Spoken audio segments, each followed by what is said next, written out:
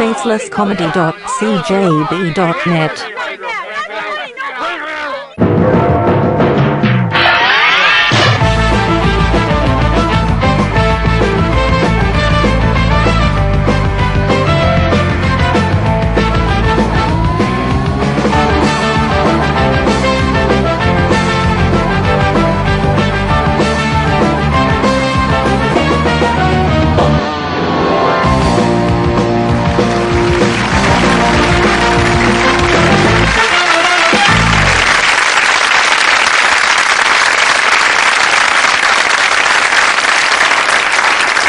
Good evening and welcome to the show that some people are already calling the last one in the series. In the news this week, in the Hong Kong Parliament, an unseemly row breaks out over who ordered the egg fried rice.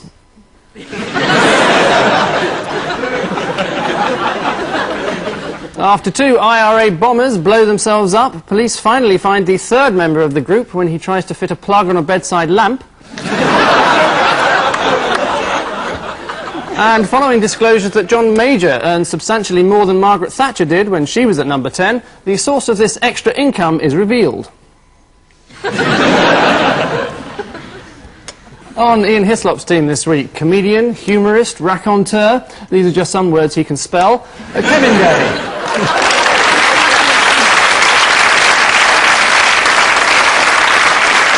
And with Paul Merton, someone who earlier this year refused to tell a High Court judge whether she wore suspenders. He probably just wanted to know if she took the same size as him, Edwina Currie.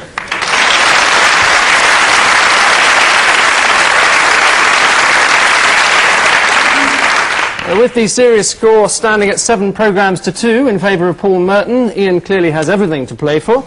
But in the time-honoured tradition of playground football, we've decided to make the last one the decider. So let's swing into round one. Major news story of the week to identify. Ian and Kevin. Curious your names are Ian and Kevin in these circumstances, really. Oh, yes. Got 10 pence for a cup of tea, guys? Well, that's the two of them leaving the sinking ship, one might say. Unfortunate phrase, perhaps. It is, rather. This is the sad news that there's £526 million missing from the Mirror Pension Fund. There's one suspect. He was a 68-year-old pensioner who thought that the whole of the money should go to him. Yes, but did you like him?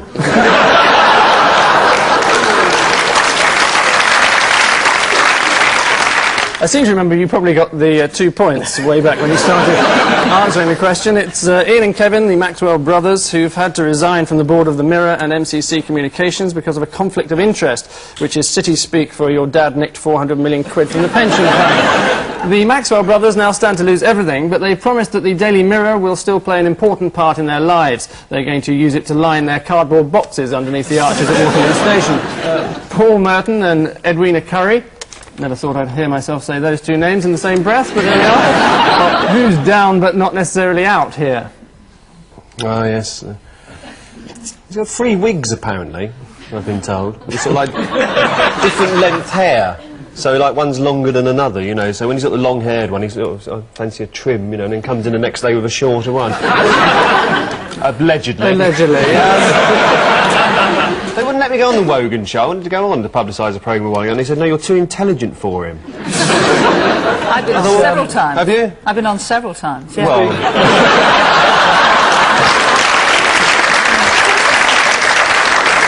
Yes, good. It's Michael Terence Wogan, who's decided to resign entirely of his own volition after the BBC axed his show. Ian and Kevin, who's closing ranks here? Oh, it's the Kennedys. There's Nigel there, look.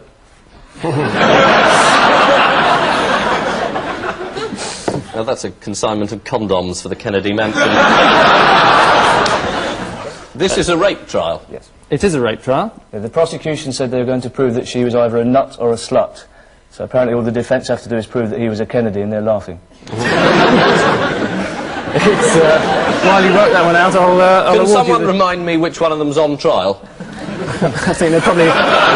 Is it the uncle or the nephew? I'd hate to get the wrong one in a sex scandal. I think they're all in there together, really. It's... Good. It's allegedly. It's William Kennedy Smith, charged with assaulting a certain Patty Bowman. But the Kennedy family are rallying round. In fact, Edward has kindly offered to drive Patty to court one morning. Paul and Edwina, what's this unholy row? Oh, Church of England, something or other? That's the modern church version of Love in a Cold Climate. That's sort of safe sex between vicars, is it? Yes, that's right. The bishops have decided that it's all right to be a homosexual as long as you don't practice. Yes. Which So you is... have to be extremely good at it. It's a bust-up between gay protesters and the Church of England's House of Bishops over a ruling that priests can be homosexual but not practising homosexuals. Once upon a time, you knew what the church believed in, didn't you? Yes, I you mean, did. they said you... Yes, but anyway, all this has incidentally been decreed by a group of men in long purple frocks and gold necklaces. All of which brings us fittingly to the end of the first round, at which point the score is about as level as pegging can be. Paul and Edwina have 4, and the Maxwell brothers have 4.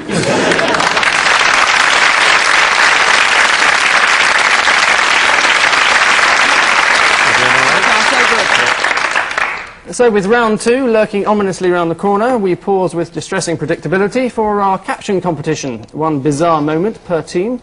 Paul and Edwina, this is for you. Ian and Kevin, that's for you.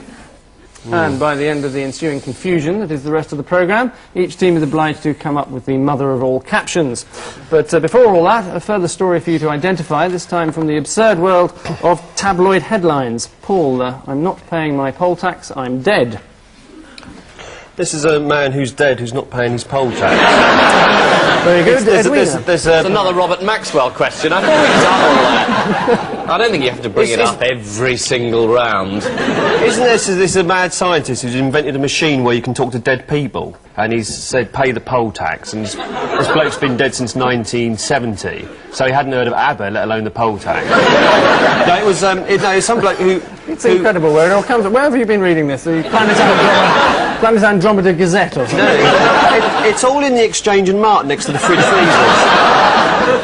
Now, this bloke, he was mistakenly declared dead some 20 years ago. Because somebody with the same name died or whatever. Martin Bormann. Martin Bormann. And he said, I can't pay the poll tax because I'm officially dead. Is that right? It is absolutely right. 2 points, very good. It's the story of the local council in Carlisle who were slightly baffled when one of the people to whom they sent a poll tax demand turned out to be dead, and even more baffled when he turned up in person to prove it. The reason for this is that Irishman John Regan received a death certificate by mistake 20 years ago. Must be a handy document to keep about your person. I'm terribly sorry I went through the red lights there, officer, but I'm afraid I died 20 years ago. Edwina, a ministerial report. What would happen if you killed him? They'd arrest someone else, bang him up for 15 years. Minister who met his match. This is my esteemed colleague David Trippier, I think, and now we know what he does in bed. Which is what, exactly? He smokes in bed. And the match that he's met are his children who disapprove of him smoking. He buys 3 packets... Have I got this right? He buys 3 packets of cigars a day, which is disgraceful for a government minister.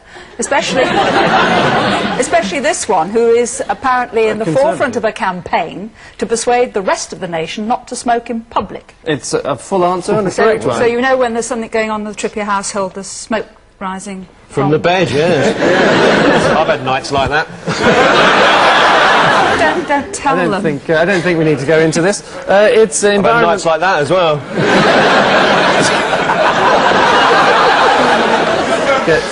Gets worse and worse, doesn't it? The revelation that the government's anti-smoking minister is a confirmed smoker comes not long after the discovery that the anti-drink drive minister, Patrick Nichols, is a drink driver.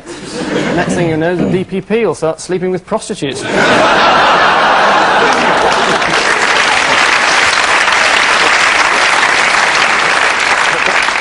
Kevin, a familiar cry on the cobbled streets of Manchester. Hey up, Chuck. The Queen's right up our street. Oh yeah, because that's how Northerners talk, apparently, according to the tabloids. Eopchuk, my pigeon has failed to arrive at its appointed destination.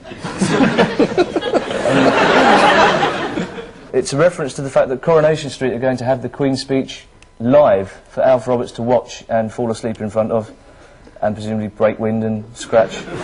Like the rest of the country. Like the rest of the country. Yes, yes, absolutely. It's the news. ITV intend to broadcast the Queen's speech in the middle of the Christmas Day episode of Coronation Street, during which the characters will sit down and watch it. Fears that it's just a cheap publicity stunt to boost the ratings were emphatically denied by a Buckingham Palace spokesman.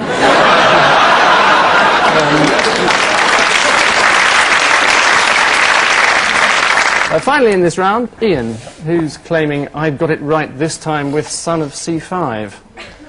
Oh, it's Martin Shaw and Gordon Jackson, isn't it? It's a pathetic professionals joke. Yes, No, this is a pathetic inventor joke, isn't it? This is Sir Clive Sinclair. It might be. He's invented the Hoover or something. You sort of sit on it and it goes along and it's electric. Yes, back despite public demand, it's Sir Clive Sinclair and his new invention, the C6, an exciting new £500 bike with revolutionary features such as 2 wheels, pedals, handlebars and a seat. It is in fact an electric bike. The idea is you pedal downhill, storing up power, then you switch it on and it goes uphill by itself. Should sell well in Holland. It should sell well everywhere if it looks as cool and stylish as the C5. Looks like an egg on wheels, if you'll pardon the expression, Edwina. All of which intriguing information brings us to the end of this round. And I can tell you that Paul and Edwina have a slightly better 8, but Ian and Kevin have a splendid 9. Ooh.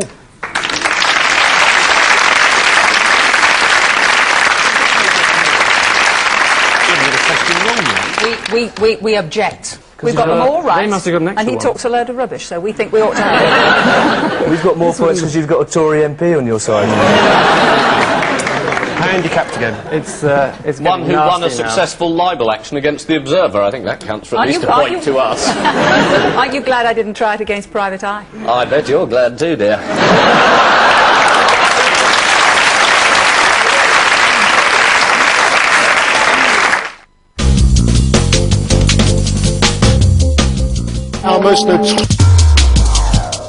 So we waddle obesely into round 3, now firmly established as our connections round. A montage of disparate images and a salient soundtrack combine in a dismal attempt to jog your memory regarding a news story of the week. Ian and Kevin, what does all this add up to? It's Oliver Reed. That's Oliver Reed. That's my sister. Tokyo train. Oh dear. Is Edwina, look?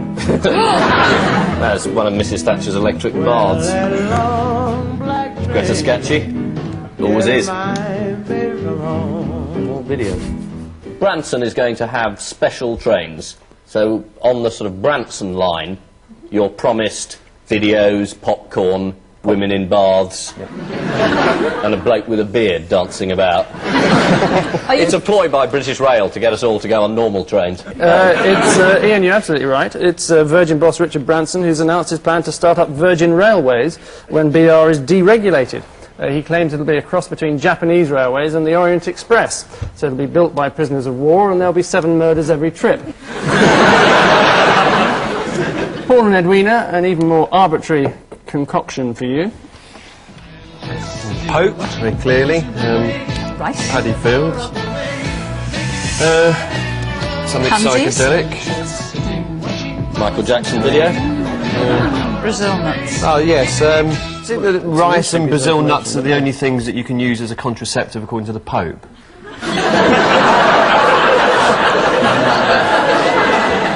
It's all right, dear. I've got the Brazil nuts tonight. How do you use them? See me later. Is that a promise? No, what it is there's been offensive flower names. Somebody's complained about there are offensive flower names. There's a flower called a pansy, there's a flower called fascist bastard, apparently. I've never heard of it myself, a tulip. It's out. Names of flowers should be changed because they're offensive to some people. Very good. Yes, it's an appeal by an American publication, the Scientist magazine, to rename certain flowers and plants on the grounds that their existing names are racist or sexist. Nuts count too. Brazil nuts are offensive to Brazilians. Macadamia nuts are offensive to Macadamians. That's where they come and from. Ginger nuts are obviously offensive to leaders of the Labour Party. And so it's time once again to disappear down memory drain as we dredge up from the BBC sewers two more remnants of archive refuse. Ian and Kevin, not tremendously difficult. What happened next for you? At the start, the market holders had set out their stalls expecting business as usual. Tell those market holders the elephants are coming. He falls to one knee and Frank Bruno hits him. No, the elephants start dropping Jeffrey Archer novels everywhere. Huge, steaming lots of piles of them. I think it's a traffic jam. They cause a traffic jam. All right, well, let's just see what happened next in that case. They went straight for the carrots. These two believe in shoplifting in bulk as they try to go through the stock like a horde of hungry elephants. It's Ian Botham in the little French village of Nissen, presumably just on the outskirts of Toyota. Normally, of course, on long expeditions, it's the rider who eats the fruit and veg, while his animal contents himself with grass. Trust Botham to do it the other way around. Paul and Edwina, the same question, different film. They said it would be a dull convention, and last night they were wrong. It wasn't dull for Mrs. Nancy Reagan, who appeared in the Joe Louis Arena. This is wonderful, yes, I've seen this before. She gets about another 2 feet, then just completely disappears. Well, let's just have a look. It wasn't dull for Mrs. Nancy Reagan, who appeared in the Joe Louis Arena and disappeared almost at once. Yes. Good to see you again. Yes, it's... And on the next bit of film, when they come up, there's her and Frank Sinatra. So, at the end of that nostalgia trip, a look at the score reveals that, well, Paul and Edwina are fumbling around with 12, and Ian and Kevin are up and running with 13.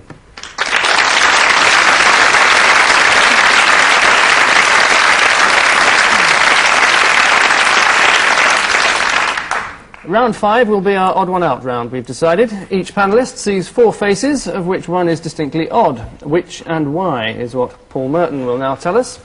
Dennis Potter, Andrew Ridgeley, Norman Lamont, and Alex Higgins. Alex Higgins, the snooker player. Dennis Potter, that's like a snooker term. Lamont is the name of that wooden triangle that you put the balls in. I think I know this one. Ah, Well, I leap in. Yeah, sure. Yes, do. I don't know, I've no idea. I think this is a black eye question. Very good. A very fiendish one. The snooker player either gives people black eyes or receives them. Lamont turned up at the House once, the House of Commons, not the house of anyone who he shouldn't have done, with a black eye, and didn't talk about it. And someone had obviously banged him into a wall. Dennis Potter wrote... Obviously banged him into a wall. Allegedly. I'm listening to Ian Hislop choosing his words with care. It's amazing. It's amazing. So, who are you going to pick as the odd one out? Oh, Andrew Ridgeley. Wrong. It's... I'll give you 1 point. It's Dennis Potter, in fact, as all the others had the public embarrassment of sporting black eyes, whereas he had the public embarrassment of writing it. Andrew Ridgeley, very much the creative force behind the tambourine playing in Wham. Showed us a shiner in 1987. Norman Lamont had a black eye in 1985, and probably still has, if you could see past his eyebrows. And Alex Higgins received his in 1986 after sinking 9 reds on the trot. Unfortunately, they were other people's drinks, however. Edwina, get your laughing gear around these. Mikhail Gorbachev, Dennis Healy, Vanessa Redgrave, and Doris Lessing. I mean, this may be something as dull as 3 of them have written recent autobiographies, because Gorby's just written about the coup, and Healy has a best-selling autobiography, and when he retires, I'd like his room in the House of Commons, please, because it's very nice, and... No, I have to stop you, it's not that dull, actually. Well... It could be. Vanessa Redgrave brought out her autobiography, so it's Doris Lessing, perhaps? She writes. I think this is a communist question. Ian, again, it's extraordinary. Which of these have been members of the Communist Party? It is. Yes. It's very much that. Is this Vanessa Redgrave? As She all was the a member others? of the SWP. The rest are communists. Former communists. Former, yes, ex-members of the Communist Party. Gorbachev now belongs to the Conservative Party. Kevin, a slightly strange mixture for you. Robin Cook, Mrs. Therese Lawson, Her Majesty the Queen, and Shep. You can ignore his cohabitee there. Well, 3 of them have slept with John Noakes. Shep hasn't, obviously. Oh dear, dogs? No, that'd be too cruel. It is to do with dogs. I imagine it would be to do with dogs, but the obvious I answer know. would get me drummed out of the feminist club. Ian knows. One of them's a dog. I refuse to have royal family references like that on the show. Ian. Shep's dead. They've Sorry if that's bad news to anyone. There's a full inquest, natural causes. Fell off a boat, nothing suspicious. Slipped on a banana skin. Apparently the Blue Peter pension fund's in terrible shape.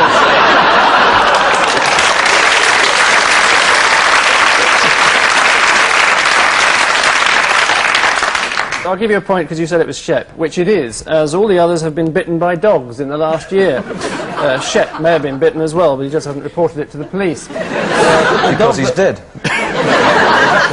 It all begins to tie in. The dog that bit Mrs. Lawson was an Alsatian called Anna, and for a while it looked as if she would have to be destroyed until her husband put in a good word for her. Mrs. Lawson was apparently bitten as she tried to post a letter. Not quite sure what the dog was doing in the pillar box, but the Queen was bitten by one of her corgis, obviously wanted to know what blue blood tasted like, and the Shadow Health Secretary, Robin Cook, was nipped by a Rottweiler a few weeks ago, and he was rushed off to the nearest NHS hospital and was rather annoyed by being looked at straight away. Finally in this round, Ian, 4 ubiquitous figures for you. Robbie Coltrane, the Pope, Ken Livingstone, and David Steele. Pope question. Robbie Coltrane was the Pope in a film. Question. The Pope is the Pope. The words straw and clutching immediately spring to mind. Robbie Coltrane has played both Ken Livingstone and the Pope in films. Well, I'll give you a point for that because it's a good answer, but it's not actually the right one. It's the Pope is the only one who hasn't appeared in a TV commercial. That's until they start advertising the Christmas wafers and wine box by Vatican. Red Ken advertised Red Leicester, inspired piece of casting. David Steele is advertising Nat West, although he wants to change the slogan to the bank that likes to say, well, yes and no, you can see both points of view, really, can't you? If anyone actually has an account with the NatWest, next time the bank manager writes to you saying you're a bit overdrawn, just say to them, well, why did you lend Robert Maxwell 250 million? Just a little tip to get them off your back.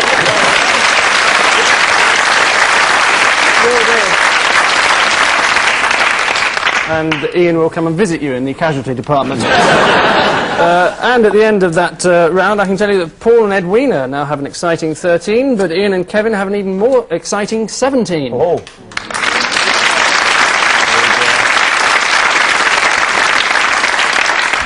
And so we skip hysterically into the final round of this final show, our little heralded missing word round. So, Paul and Edwina, you're somewhat second at the moment, so you get to begin the begin.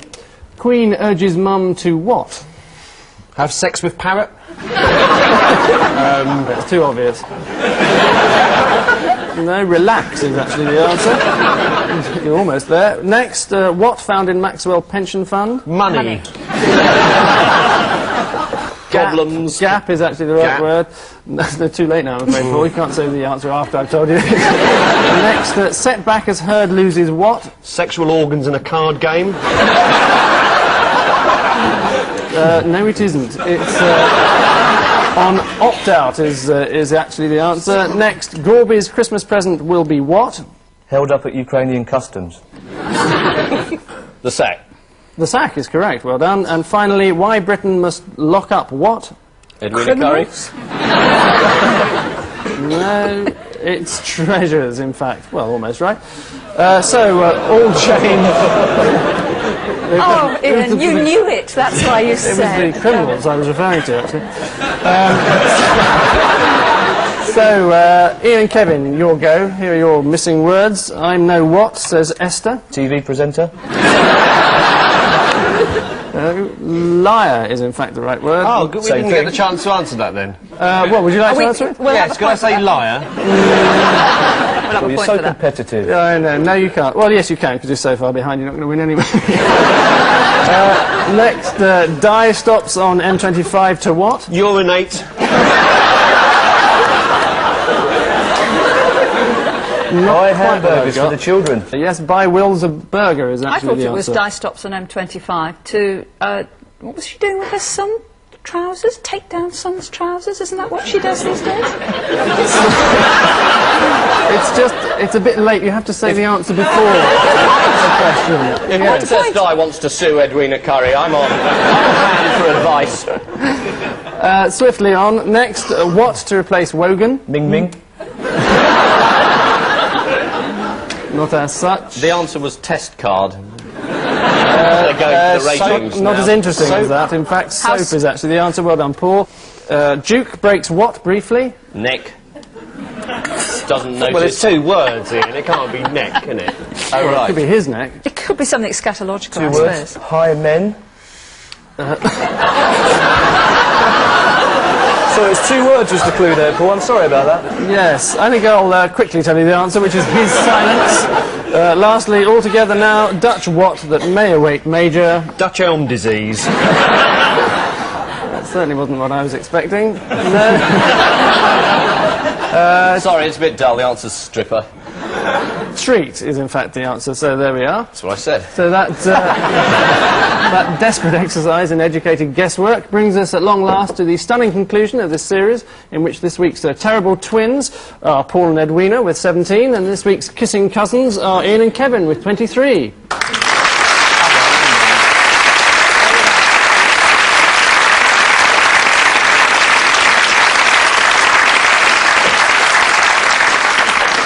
So thumbs up for our winners and thumbs right up for our losers. But before we leave you in peace, we have our caption competition to review. Paul and Edwina, what do you think of for this one? Liberal Democrat membership doubles.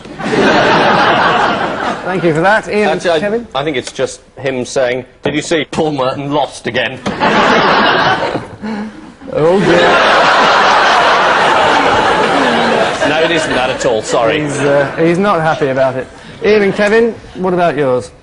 Your new uniform fits you nicely, Mr. Moynihan. Police appoint internal investigation into Silcott case. Very good. Hello, sir, how's it going? Well, you're all innocent.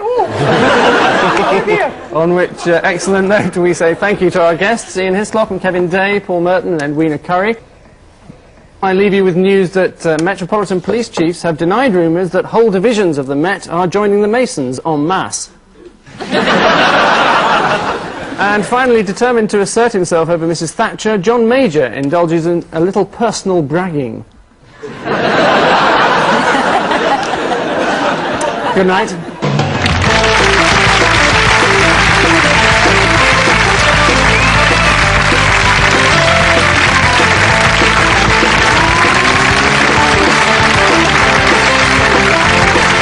In our celebrity-obsessed world, can the famous expect a fair trial when they get themselves in trouble? Murder and Celebrity tomorrow night at 9 examines the media's role in trials of the rich and famous. In a few minutes, real-life crime in 72 hours.